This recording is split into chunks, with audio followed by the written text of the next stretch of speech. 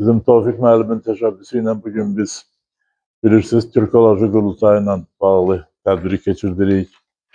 Burada hamısı türkoloqlardır, yaxud da ki, Türklüyə, Türk tarixinə, Türk ədəbiyyatına yaxın insanlardır, belə olan insanlardır. Ona görə sizə mən təzə bir şey deyə bilməyəcəm.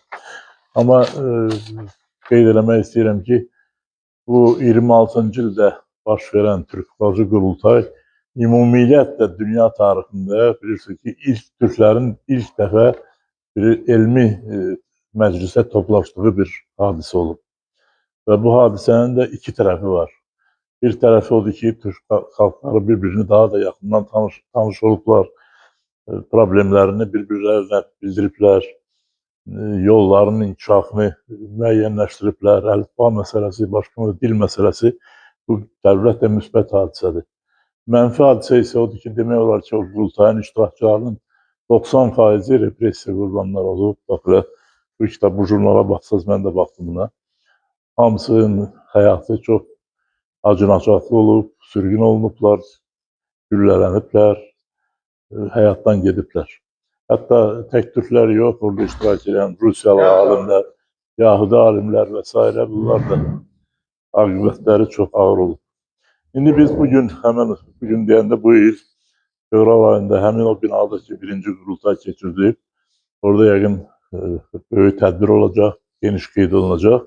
Amma ilk təşəbbüs kimi mən çox şadam ki, bunu biz yazıçılar birliyində Tevfikin təşəbbüsü ilə edirik.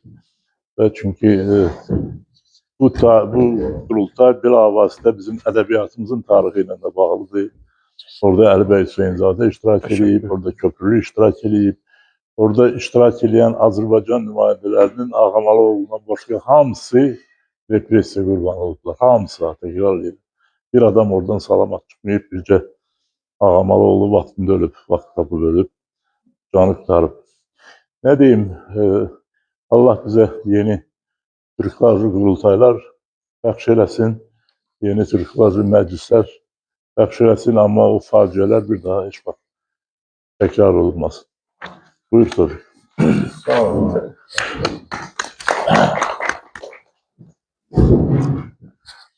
Anar müəllimə təşəkkür edirəm. Həqiqətən, aziz dostlar, tarixdə elə hadisələr bəzən baş verir ki, o hadisələr illər keçdikdən sonra, hətta məlum olur ki, 100 illiklər də keçdikdən sonra əhəmiyyəti keçmir, əhəmiyyəti qalır. Onun yaratdığı, onun ortaya qoyduğu problemlərin həlli yolları bizə bir günə qədər də işıq saçır. Təsəvvür edin ki, birinci dəfə dünya türkoloqları Bakıda bir araya gəlir. Almaniyadan, İtaliyadan, Rusiyadan və başqa ölkələrdən alimlər özdə böyük çətinliklə. Alman alimi Menzel o heyətin Bakıya gəlməsi üçün xatirələrini yazıb, nə cəhvək, nə qədər çətinliklə İstanbula gedirlər. İstanbulda bir müddət qalırlar. Sonra İstanbuldakı nümayəndələrlə bərabər Bakıya gəlirlər. Yəni, həqiqətən türkologiya sevgisi hər alimi oxuduğun zaman nə cür əzab, əziyyətlə Bakıya gəliblər və bu bizim qurultayda, Bakıda keçirilən birinci qurultayda iştirak ediblər, göstərir ki, bu sadəcə proqramda Ümumİttifaq Türkoloji qurultay geçsə də, bu öz maştabı etibarilə, oradakı qoyulan məsələlər etibarilə, ümumiyyətlə elmdə açdıqları ufuqlar etibarilə beynəlxalq səviyyəli bir qurultay olmuşdur. Bu vaxtda mən şu məqamda bəzi açıqlamalar da edəcəm. Və mənə elə gəlir ki, biz qürur duymalıyıq ki, Azərbaycanda belə böyük bir hadisə baş verir. Və bu hadisə bizim ədəbiyyat tariximizdə, sosial, siyasi tariximizdə müəyyən yer tutmalıdır. Çünki bunlar çox məşhur alimlər olmaqlarla bərabər çox cəsur insanlar olub. Onların taleyi öz-özlüyündə romanlara həsr etmək olar. Aralarından sağ çıxan olmuyor. Ya sürgünə göndərilib, ya güllələnilib. Amma bunlar heç bir zaman türkoloji sevgisini onlardan tərk edilməyiblər. Bir örnek verəcəm. Mənim formalaşmamda, türkologiyaya gəlməyimdə böyük rolu olan böyük müəllimim Yusif Ziya Şirvanini mən tez-tez yad edirəm. 25 il Sibirdə Türk sözünə görə, Türkçə olduğuna görə, türkoloq olduğuna görə əzablar çəkərək yaşayıb, 56 ildə gəlib. Bakıda o hadisədən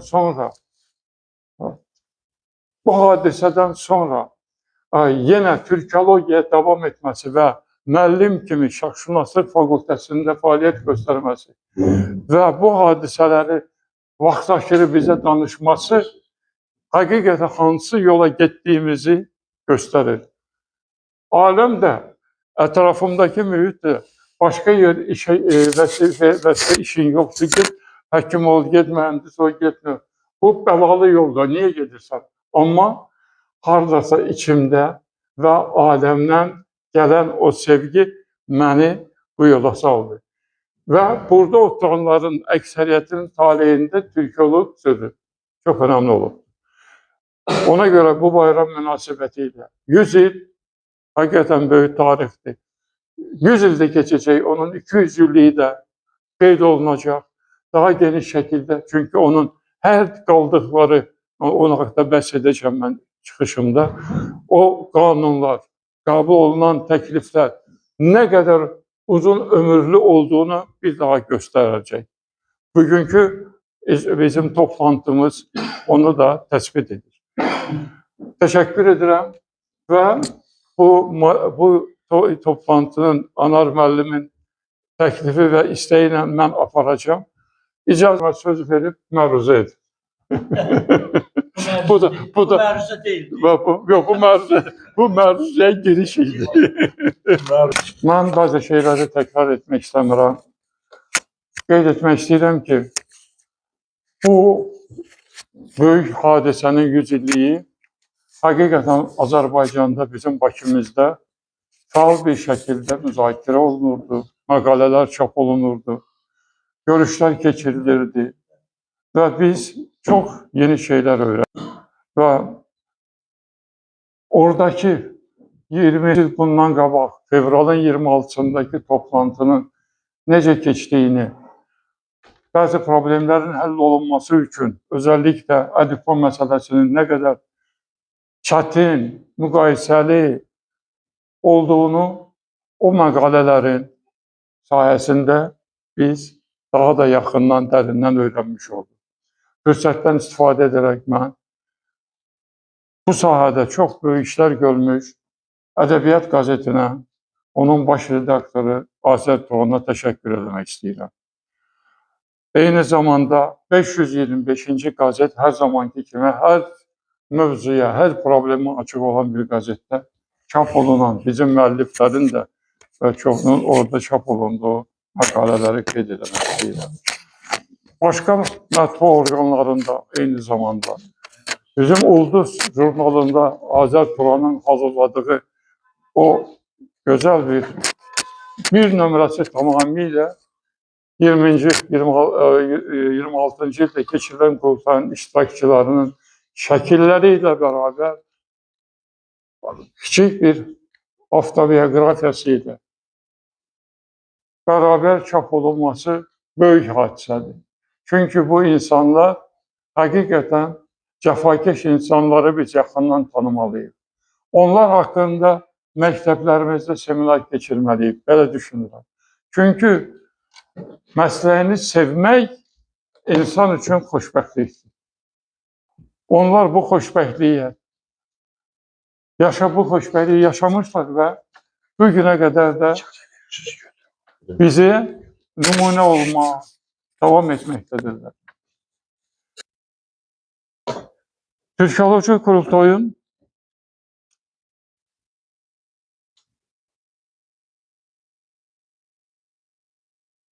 Bir çox sualları vardı ki, onları mən başqa bir vaxtda, çünki vaxtda da reglamentə görə mən 15-20 dəqiqədə bitirməliyəm. Ona görə onları ayrıca məqalə şəklində də davam etdirəcəyik. Məsəl üçün, çox suallar verirlər. Azər bəy, nə üçün Bakıda keçirilir? Bunun yəqin ki, bir səbəbi var. Əlbəttə vardır. Çünki türkologiya bir elm kimi 19-cu əsrin axırlarından 20-ci əsrin əvvəllərində Azərbaycanda formalaşmağa başladı. Alimlər yetişdi.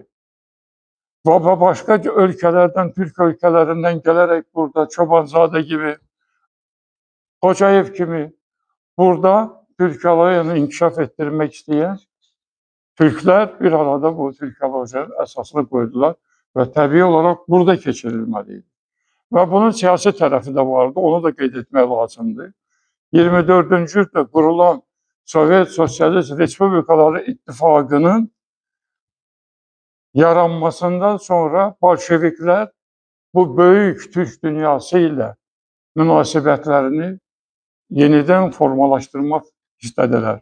Bunun üçün də bəzi şeylərə hakim olmalıydilər. Bu qurultayda birinci olaraq əlifba məsələsinin qaldırılması onunla əlaqədar idi ki, Bolşeviklər Türklərin yaşadığı böyük coğrafiyadakı insanları diqqət mərkəzində saxlaya bilsinlər. Ərəb əlifbasını bilmək onlar üçün çətin idi.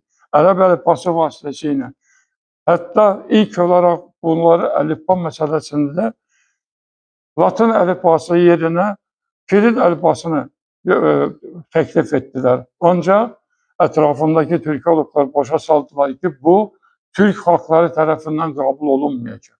Ona görə Latın əlifbasına razılıq verirlər və göstəriş verdilər ki, nə olursa olsun bu qurultayda qəbul olunmalı və qərar şəklində qəbul olunmalı, tövsiyə olunmalıdır bütün Türk dünyasına. Yəni, bu iç tərəfi var, bir də onun qarşı tərəfi, yəni görünən tərəfi var. Görünən tərəfi çox rahat, amma qarşı tərəfində görürsünüz ki, böyük hadisələr olur. Bunları da diqqətə almaq lazımdır. İndi qurultayla əlaqədar təsəvvür edin ki, qurultayda iştirak edən adamların, dəvət olunan nümayəndələrin əksəriyyəti haqqında qısa bir məlumat vermək istəyirəm. Rusiyadan 48 nəfər, Azərbaycandan 23 nəfər və ilaxır qurultay iştirakçıların sayı 127 nəfər olub. Bəzi yerlərdən 3 nəfər, 4 nəfər, hətta Macarıstandan 1 nəfər bu qurultayda iştirak ediblər. Bu qurultayın özəlliyi nədən ibarət idi? Bu, tarixdə ilk dəfə görünməyən demokratik havada keçirilən bir qurultay. Nə üçün demokratik qurultay? Hər bir nümayəndənin bir səsi vardı və müzakirələrdən sonra qəbul olunan qərarlar səs çoxluğu ilə qəbul olunmalı. Ondan sonra bu qərar tövsiyə olunurdu. Odur ki, bizim bu qurultaydakı hadisələr, görülən, tartışılan problemlər çox canlı olurdu. Bir nəfərlə də təmsil olunan ölkənin nümayəndəsi çox aktiv olurdu. Və bu hadisələrin içində təklifləri ilə, çıxışları ilə fərqlənən Çobanzadə kimi qüvvətli bizim deyirəm, çünki Kırımlı olsa da Bakıda yaşır, Bakıda özünü Azərbaycanlı çalır. Xocayev kimi Azərbaycan dili ilə hakim olub, onun tərcümələri zadı. Bunlar hamısı göstərirdi ki, bunlar birləşərək o ideyaları həyata keçirməyə çalışırdılar. Bunların arasında mənim diqqətimi hər zaman çəkib, bu vaxtda da bir məqalədə də oxumuşam. Buradakı mövzular məni çox maraqlandırır. 18 mövzunu 9 gün ərzində sabahdan axşama qədər bunlar görüşüblər. 19 mövzu. Bu mövzulardan birini mən sadaladım. Əlifba məsələsi. Nə qədər tartışmalı olduğunu və nə cür yarı siyasi, yarı sosial, həqiqətən ürəkdən gələn arzu, xatırlayırsınız, Axundovdan bu yana ərəb əlifbasının dəyişilməsi məsələsi. Və çox maraqlıdır ki, əziz dostlar, Abid müəllimin mənə göndərdiyi bir şəkil məndə çox diqqətimi çəkdi. 1909-cu ildə bir müəllim bir kitab çap edib. Kitabın adı Son Latın Azərbaycan dilinin Latın əlifbası. Son. O sözü ilə başlayıb. Və demək ki, qurultaydan hələ 15 il əvvəl cəmiyyətdə əlifbaya qarşı, cəmiyyətin içində də əlifbanın dəyişməsinə qarşı ab-hava müsbət imiş. Və o çox ikinci maraqlı cəhəti buradadır ki, həmin o kitab o müəllim əfəndinin özünün uydurduğu, çünki o qəbul olunmamış əlifba idi, Latın əlifbası ilə kitabı çap etdirmişdir. O özü də bir çox qəribədir. Çünki bəzi hərflər tamamilə başqa şəkildə oxunur. Bu, dediyim kimi, böyük mübahisələrdən sonra qəbul olunur. İkinci önəmli məsələ ikinci oturumda tarix məsələsi idi. Türk xalqlarının tarixinin tədqiqi, ona bu işlər, aparılan işlər haqqında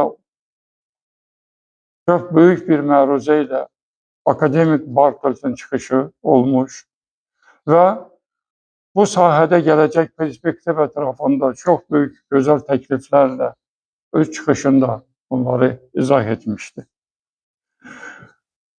Qurultayın və bu çıxışın bir özəlliyi ondan ibarət idi ki, mənim əziz dostlarım, bu çıxışları bir nəfər akademik olub olmamasından, dünyaca məşhur olub olmasına da deyil, bir nəfər hazırlamır. Ən azı 3-4 nəfər hazırlayırdı. Amma bu sahədə adı çıxmış, hörmət qazanmış alimlər. Tarix məsələsi də görüşlərində eyni zamanda bu çıxışı Bartolfla bərabər professorlar Detsan, Abdulin bərabər hazırlaşmış, öz aralarında ortaq fikrə gələrək bu məsələni qurultaya təqdim eləmişlər. Və qurultayda da buradakı məsələlər çox ciddi bir şəkildə və tartışmalı bir şəkildə ələ alınmışdır. Biz bu örnəyi mən xatırlatmaqla bizim də bugün ondan istifadə etməmizdə fayda olardı. Biz yaxşı bir çıxışı hazırlayacaq, öz əvvəlcədən bəzi nüansları öz aramızda tartışıb, müzakirə edib ortaya qoyduqdan sonra daha verimli olardı o çıxışlar.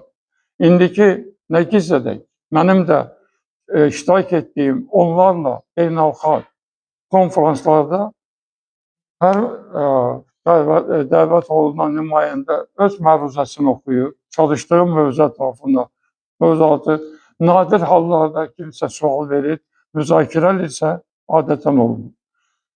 Və öz çıxışından sonra çıxıb ya şəhəri gəzməyə gedirlər, ya da kafedə oturub söhbət edirlər. Bu prinsip təəssüflər olsun ki, tamamilə 26-cı il qurultayının tam tərsi olan bir prinsipdir. Çünki 26-cı qurultay 9 gün gecə, gündüz çalışaraq elmin əsas problemlərini həll etməlidir. Türk dilləri məsələsi başqa bir oturumda. Orada da eyni şəkildə bir çox problemləri həll etmək üçün bir qrup alimlər burada hazırlaşmış və bu sahədə görüləcək işləri təsbit etmişdilər. Onlar Azərbaycan xalqlarının orfoqrafiyası məsələsini gündəmə gətirmişlər. Terminologiya məsələsini gündəmə gətirmişlər. Və bütün bunlar üzərində çox ciddi çalışmalar aparmışlar. Bizim Dilçilik İnstitutunun və Dilçilik kafedraları bu oturumlar üzərində çalışmalar aparmaları çox müsbət nəticələr verə bilər.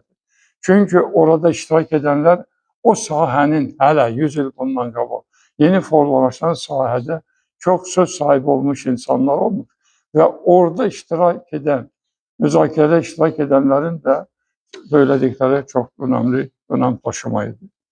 Orfoqrafiya məsələsi həmçinin əlifba haqqında dedik. Elmi terminologiyanın bu da çox tartışmalı mövzulardan biriydi. O vaxtda bizim Türk dünyasında, Türkoloji elmində terminologiya məsələləri problemi var idi. Ciddi şəkildə dururdu. Türk dillərində terminologiyanın yaradılması haqqında çox ciddi müzakirə və çıxış müzakirələr olmuşdu.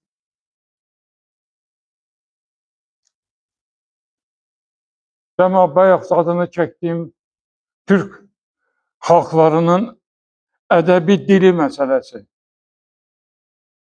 Bu vaxtda məşhur Köprülüzadənin və Həkimovun hazırladığı məruzə də son dərəcə maraqlıdır. O məruzələri oxuyub araşdırdığın zaman bir şeyə ancaq heyfslənirsən ki, orada ələ alınıb, tənqid olunan məsələlər hələ indiyənə qədər gündəmdədir.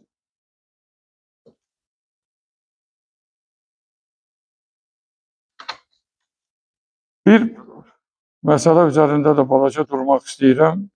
Narahat olmayın, yavaş-yavaş axıra yaxınlaşıram. Bu,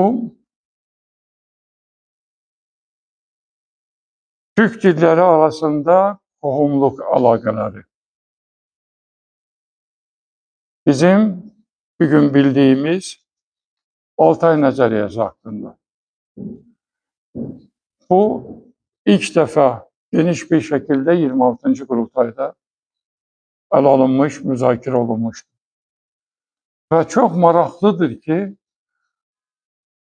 orada çıxışların əksəriyyəti bu qohumluq əlaqəsi probleminə üçün gözəl təkliflər verilmiş və müəyyən prosedurlar qısa bir müddətdə 37-yə qədər həyata keçmişdir. 37-də hamısı məhv olmuşdu o üçün. Amma 37-dən sonra, 57-dən sonra yeni canlanma vaxtı unudulmuşdu. Ona mütləq qayıtmaq, onu Altay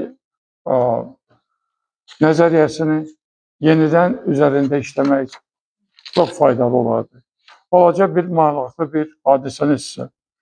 Bu yaxınlarda Yaponiyada Taoyev adında məşhur türkoloq Yapon dilinin gök dilinin sayəsində yaranması kitabını çap etdirmişdir. Və Yaponların əksəriyyəti tək bu kitab deyil, aparılan təbliğat nəticəsində özlərini də türk olduqlarını iddia etmirlər, təsbit etmişlər. Və maraqlıdır, 3-4 həftə bundan qabaq Yapon Xarici İşlər Nazirinin sözcüsü çıxış edərək maraqlı bir fikir söyləmişdi. Yaponiya Türk Dövlətləri Təşkilatlarına müraciət edərək o təşkilata eyni hüquqa malik üzv olmaq istəyirlər. Çünki biz də türkük. Bu Türkiyə məsələsinin üzərində çalışmaların, bu Altay nəzəriyyəsi üzərində ciddi çalışmaların, biz bilirik ki, Mancurlar da türkdür, bilirik Koreyalılar da bu haqda budur.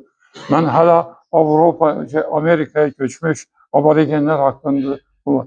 Yəni, bizim türkologiyanın sahəsində çox böyük kirişliklər var. Hələ açılmamış qapılar var, açılmamış şeylər var. Və axırıncı məsələ Çobanzadənin çıxışı idi, 18-ci çıxış. O da Türkologiyanın Sovetlər Birliyində və başqa ölkələrdə, Türklərin yaşadığı ölkələrdə elmi strukturlarının yaradılması məsələsi.